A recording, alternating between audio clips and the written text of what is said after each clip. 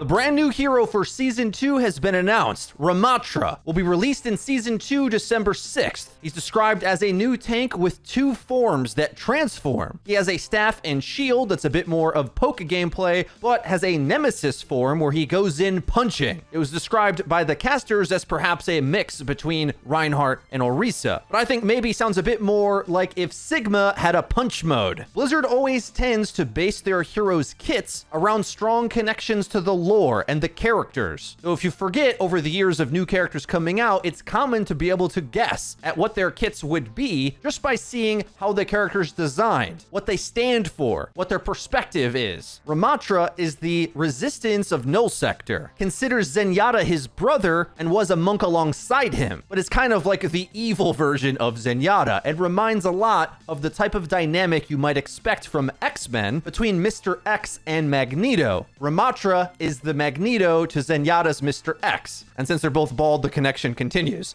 But just like in X-Men, Ramattra is dead set on advancing his species. A little bit of a lore drop was given by Deion Sanders that Omnics are actually finite, so they can't reproduce, and as hatred for the species increases, because there's a lot of evil ones, of course, and you might even say Null Sector is a shady organization, maybe on the evil side, but with Ramattra at their helm, it's kind of playing into creating sympathy for those bad guys. But because we know Ramattra teams up with Doomfist, who is equally all about maximizing power at whatever cost, it's likely their philosophies are in the same cluster. So because of that, I think Ramattra is going to represent tapping into darkness. Whereas Zenyatta is about peace and tranquility and balance, Ramattra will stand for wanton destruction and ruthlessness. This character is going to be important through the early access period of Overwatch 2, as we might expect that the PvE co-op campaign is going to explore these themes more in depth. We'll get more into that when we start to hear voice lines between Ramattra and Reinhardt and Torbjorn in Season 2. Whereas maybe many years ago in the Archives missions, we were just blasting away Null Sector bots like there was no tomorrow. Well, Ramatra's gonna have a different perspective on that and probably sees those AI robots as his family, just fighting for a different cause. Other themes typical in this type of character is power at all costs, willing to sacrifice anything, devastating and overwhelming their opposition with fear, powered by the courage of their convictions, because he seems to think to reach his ends, the peaceful path his brother Zenyatta wants to take is not going to help anything. We also can piece together more about Ramattra's kit with the teaser from Alec Dawson on Twitter, where he said the new tank is looking to fill out some of the design space. And talking about Symmetra specifically, you're gonna look forward to shooting shields again. Well, this character's got a shield attached, and I think based on how they're describing him, maybe he'd be the type of tank that can do a more budget version of Sigma's job, but have options to brawl like Orisa. A problem Sigma has right now is that he's so all in on that playstyle and not flexible at all that you kind of just got to have a perfect map for him, and then he's pretty good, maybe even meta defining on some sniper maps like Monte Carlo. But I'll be interested what his mobility options are, because I think that's what really stops Sigma from being all too threatening on different maps, because characters that can more easily go in and out have a more applicable time regardless of how much power as a shield and shoot type tank either one of them have. Something to keep in mind as well, if they remove the damage passive like they seem to be intending to and get rid of that move speed boost for all damage after an elimination,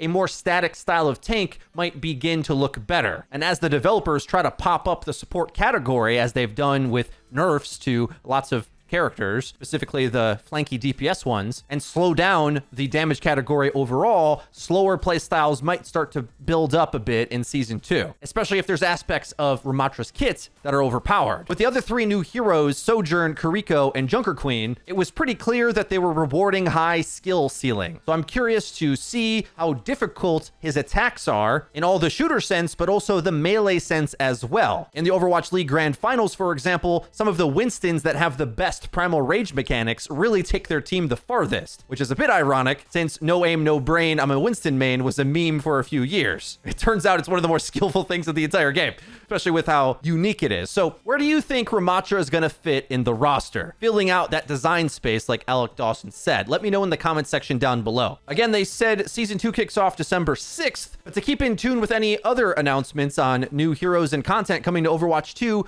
be sure to click this video with a like to support our content content and the subscribe button, as well as the bell icon to actually get notified when our new videos come out. That's been it for me. I've been Frito for your Overwatch. I'll see you guys next time.